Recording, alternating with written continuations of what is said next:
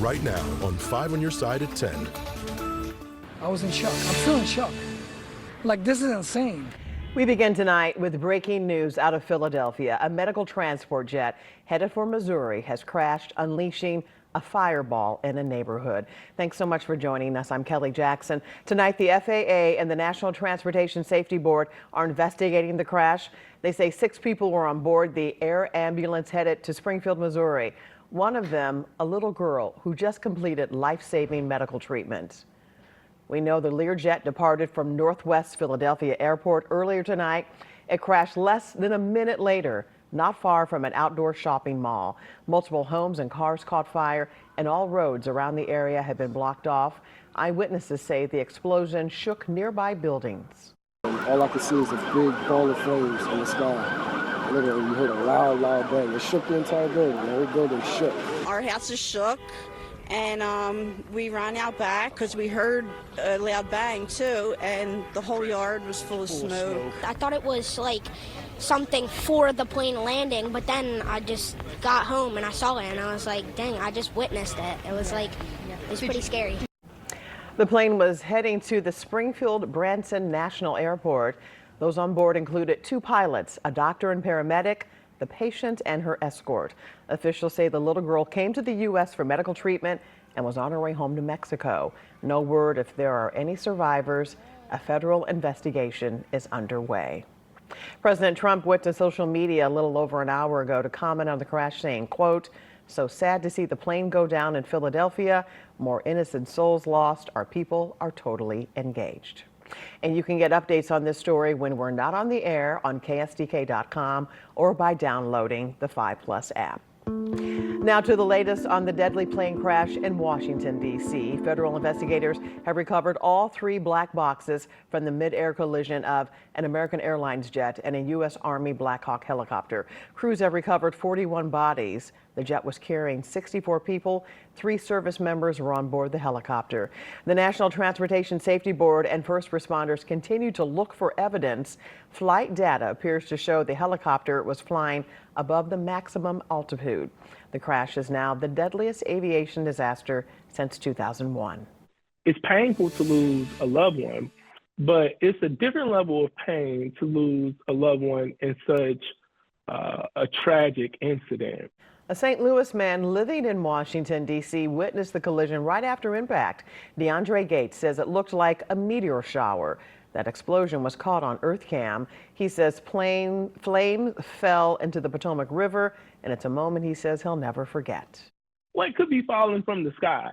And you just don't think that there are planes and or helicopters that are going to be falling from the sky. I mean, it's something that I never would have imagined. He also says everyone in D.C. is trying to cope with the tragedy, and he hopes the families of the victims get the answers they deserve. And for the very latest updates on the crash and those impacted, text the word plane to 314-425-5355, and we'll send you the latest. Well, a big thaw continuing into February as showers move out of our area overnight. Some highs even hitting the mid-60s this weekend.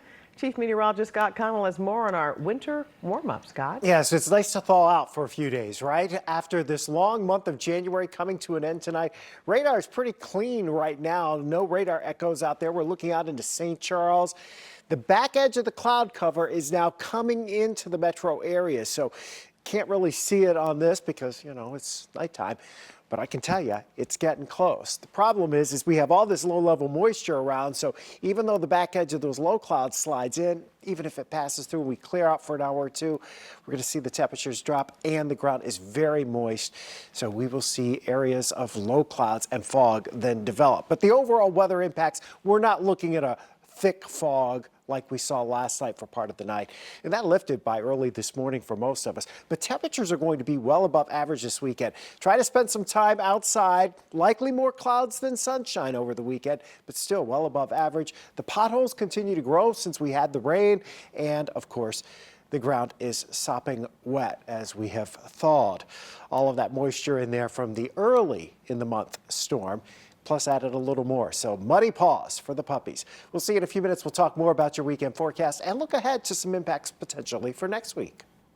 Tonight, safety concerns at Vashon High School in St. Louis prompts local school leaders to take action over a big basketball game tomorrow known as the Winter Classic. Parents showed up to district headquarters to demand answers. 5 on your side's Brent Solomon explains why 2 major fights this week led to some unpopular changes.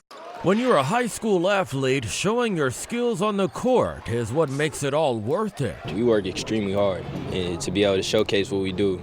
Not just for us, but for other people too, like our family. But Vashon basketball captain Trey Williams and his teammates are concerned. It all surfaced last week. School officials sent out this letter saying due to safety incidents at basketball events separate from St. Louis public schools, changes will happen at Vashon High School. Only 2 parents or guardians will be able to get into games. This parent has 2 sons who play for Vashon. She says other relatives want to see them on the court. They're brothers. One of them graduated from Vashon in 2019. And, you know, he's alumni. He can't come in and see his brothers play. It's why she showed up to the district headquarters Friday afternoon, along with other concerned parents ahead of a big game scheduled for Saturday. As soon as we came to the door, he stepped out, went back in, locked it. So I contacted the interim superintendent, who tells me even more safety incidents at the school this week are now prompting even more changes. One of our safety officers was injured as a result of that. Then on Friday, there was an actual brawl that took place there. Now she's moving up Saturday's games to start earlier in the day and keeping those attendance limitations in place. The kids want to see the kids. It's all about showing out in front of students, other kids, other peers. What happens in the building has nothing to do with the basketball team, so I don't understand why we're being punished for it. My main priority is to make sure that our students are safe.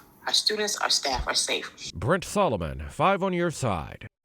Many of the parents say they got word tomorrow's game was canceled as a result of all of this, but Dr. Bordishade says the game can happen with the new guidelines you just heard. And tonight we reached out to Vashon's coach to find out if he'll move forward, but he did not respond to that question. A heated debate over how to spend the $294 million in RAM settlement money ends with St. Louis Board of Aldermen President Megan Green abruptly ending the meeting and walking out of the chamber.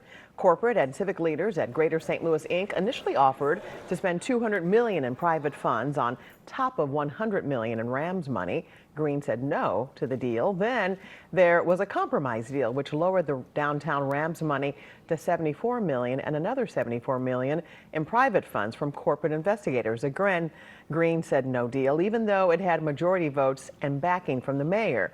Alderwoman Ann Schweitzer tried to offer a third deal today, but President Green ended the meeting.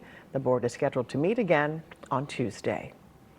A man is behind bars tonight after hitting a cyclist during a police chase.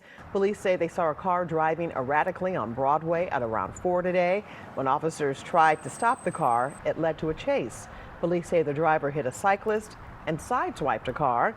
After the crash, the driver and a passenger took off running. The driver jumped into the River de Pere by River City Casino. He was caught and taken into custody. Police are still looking for the passenger. The cyclist was taken to the hospital. We're tracking some active weather as we head towards the middle of this week, but wait till you see the forecast for this weekend, and we're tracking those clouds right where they are right now in just 2 minutes. Hours ago, a jury awarded more than $18 million to the family of a St. Louis teen killed by police in 2015. The trial started Monday, and it only took a jury 90 minutes to make today's decision. Police say they shot Mansour Balbay after he pointed a gun at them. He was 18 years old. The 2 officers weren't charged in the shooting due to a lack of evidence. Balbay's father filed a wrongful death lawsuit claiming there was no evidence his son had a gun. St. Louis police officer is facing charges for leaking video in a high-profile crash case. This case involves a mother and daughter killed in a crash outside a Drake concert at the intersection of 18th and Olive last February. 22-year-old Monty Henderson was charged in the crime. His case goes to trial this summer. According to court documents, the defendant found a recording of the crash and shared the video of 2 other people who aren't employed by the department on Snapchat. Police said the officer will be placed on disciplinary action if they are found to have violated the policy. Henderson's attorney says leaking that information could affect his client's ability to get a fair trial. Let's check in with Chief Meteorologist Scott Connell once again with the weather impact forecast. And now that it seems like the rain is out of the way and hopefully it's going to be a dry weekend? It is going to be a dry weekend, not necessarily a bright one, but the roads are drying out, save the areas that are still melting snow, and that's straining across the road. Look how much colder it is to our north. Litchfield's 35, 39 in St. Charles, still 42 in Chesterfield. Perryville's still 46. Why is it a little colder to the north? Well, that's where we're seeing the clearing line. This is a strange looking satellite picture, I know. The snow up to our north, most of that has melted, but we still have these low clouds, and that's the back edge of the low clouds sliding towards St. Louis. It doesn't show up as well on the infrared satellite picture, but as soon as the sky clears out, the temperature drops off a couple of degrees. This system continues to be on the move. Kirksville's already dropped back to 27, but notice Des Moines and Omaha, they're a little bit warmer there because more clouds are rolling in. And we think that's kind of the flavor of the weekend. There's more cloud cover than clear skies, but at times we will get at least some sunshine. We're in the 40s for highs as we head into tomorrow, but it's still a partly to mostly cloudy day. Heavier dose on the clouds, we think, but about 41 by 11 o'clock, which is pretty close to the average high for this time of year, and in the upper 40s later in the day. On Sunday, still a fair amount of clouds around. Don't think either morning or tomorrow night will we have to deal with widespread dense fog now that most of the snow has melted. Sunday afternoon, we should actually be back into the mid, perhaps even upper 60s, and we're going to stay dry this weekend. So even though we have some clouds and the sky may be a little gray, not expecting to see rainfall. So low impacts for Saturday through Tuesday, but we do have some impact expected here as we head towards Wednesday and Thursday. Now the exact timing on that remains to be seen, right? We're ways away, and that system's just now really starting to push in from the Pacific. Still part of it's out in the Pacific, but by the middle of next week, moisture will increase. It does appear there's pretty good consensus that the cold air is well to our north and west. So that takes us out of a weather impact for winter weather, but perhaps bring some thunderstorms in here. We will see as we get closer through the weekend into early next week what this pattern has in store for us. It does look like it's going to at least deliver us some rain, but it's also a milder pattern to start the month of February. I mean, we're an hour and a half, well, an hour and 45 minutes to be exact, from ending the month of January in St. Louis. Oh, that's Can right. you believe it's the it? 1st of February coming up. 1st of February. I wonder how this groundhog's going to react on Sunday. Oh, I'm sure it'll be special. All right, thanks, Scott. Thanks so much for joining us. Now here's Corey Miller and Annie Kroll with 5 on your sideline.